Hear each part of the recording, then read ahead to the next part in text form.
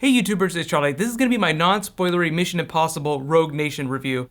If you haven't seen any of them before, this is actually the 5th Mission Impossible film. I know that sounds kind of weird. The first one dropped way back in the 90s, and they've come a long way in the franchise, both in their filmmaking technique and in the way they portray their characters. Tom Cruise is definitely a racehorse. He beats the crap out of himself in the name of entertainment. He's one of those few actors that demands that he do a lot of his own stunts. Whenever you go see him in the theater, just consider that he's tearing himself apart in the name of fun. That's really why he does a lot of this stuff. Like, a lot of people are talking about Top Gun 2. He said the only reason that he would come back to that franchise is if they could actually use real jets in the film. Like no CG jets. Like, he's all about having fun. And if we were as powerful as him, like, wouldn't we do the same thing? I feel like he is like the ultimate YouTuber, where it's like he quits his job and has fun and films it. And then it just turns into like $150 million movies. So he's living like the $150 million version of like what I'm trying to get to. Talk about really awesome stuff, make a lot of friends on the internet, make a whole lot of really fun videos. The only difference is I'm working with like $0 and I didn't throw myself out of any windows or jump onto any planes. So if you've seen the trailers, they tell you a little bit about what the story is. They mostly sell the stunts, which is what this movie is. It's like one giant stunt with a huge water slide in the middle. They could legitimately turn this movie into a theme park. I always give him like an A+ for stunts. But what about the story and the actors? Well, let's start with the actors first, because a lot of people forget, like, Mission Impossible is a big Hollywood franchise, but it involves a lot of other big actors that are part of giant franchises. Like, we have Hawkeye and we have Scotty from Star Trek. Sometimes you forget that Jeremy Renner's part of this franchise. He doesn't get any bows and arrows, but he does have a lot of fun. Simon Pegg's the real comedian though, but if you enjoyed him in Ghost Protocol, he takes it to the next level in this film. Like, he's always arguing about how he's a field agent, he wants to go out and like do stuff in the field just like Ethan Hunt does. Tom Cruise is always gonna get the best stunts, but Simon Pegg gets a lot of the biggest laughs in the film. Ving Rhames even comes back for the party. He's a lot of fun too. He's a fairly minor presence in the film. I feel like he kind of maxed out in the first two films, and then, they brought in like Jeremy Renner and Simon Pegg. They're much bigger actors, so naturally they're gonna focus a lot more on those characters. But he wasn't just like a token inclusion. And speaking of like minor characters, Alec Baldwin has a really fun part to play. He's a little off type. Like, you really see why they cast him, because you get this sense based on like his public perception that he's not that nice of a guy. So like whenever they cast him in a movie, they're looking for him to either be like a villain or just someone who's a total asshole. And the movie kind of plays on that trope a little bit. It kind of subverts your expectations.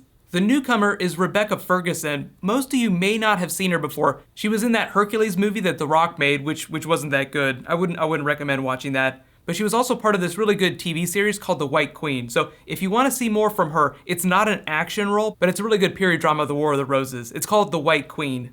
After seeing her in that, and then seeing her in Rogue Nation, I feel like she just spent like an entire year in the gym, just turning herself into a badass.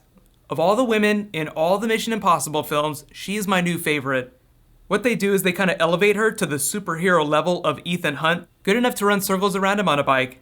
If you've watched the first two Mission Impossible films, I feel like those films are a lot of fun, but they're terrible with their female characters. So if you want to watch really awesome females, just stick to Ghost Protocol and Rogue Nation. Although of the two, Rogue Nation is even better. You have to remember this is a movie all about statecraft, so there's a lot of espionage and politics going on in the background, but that never like bogs down the film. Like, they never spend too much time having to explain stuff. It's mostly a visual experience. Remember that Simon Pegg's character and Ving Rhames are both like the tech-based characters. They get to play with a lot of really cool toys. There's a lot of really awesome, complicated sets, but the logic hoops that they make you jump through like never take you out of the film. That was one of the biggest complaints of Mission Impossible 3, the one that J.J. Abrams had like a really big hand in making. There was this thing called the rabbit's foot at the end of the film. It was this big MacGuffin, like this really important thing that they never explained. Like, it just kind of trailed off into the distance. Stories need MacGuffins, like they need something to drive the plot forward, but they can't just like drop it, like it can't turn into nothing. This film plays with that a little bit. It does a good job of like playing with a lot of the tropes of the series, like the Mission Impossible film series in general. It references stuff all the way back from the first film in a way that's important to the plot, but also for comedy. And it just has some fun with the idea of that rabbit's foot MacGuffin. So just keep your eyes peeled for rabbit's feet. I think my favorite thing about the film is that like the self-reflexive way in which it treats the IMF, the Impossible Mission Force, like the group of people that Tom Cruise's character belongs to. It's almost like this movie treats the IMF like the studio treated Tom Cruise a couple years ago whenever it tried to fire him from the movies. If you remember whenever he was jumping on Oprah's couch and he was getting a lot of bad press about Scientology, the studio tried to fire him from the Mission Impossible series, but they were unsuccessful, and he went on to make Mission Impossible 4 and 5. They ended up making a dump truck of money, and everything turned out fine. The movie has a little bit of fun with that. I wonder if when they were in the script phase, they were actually talking about that.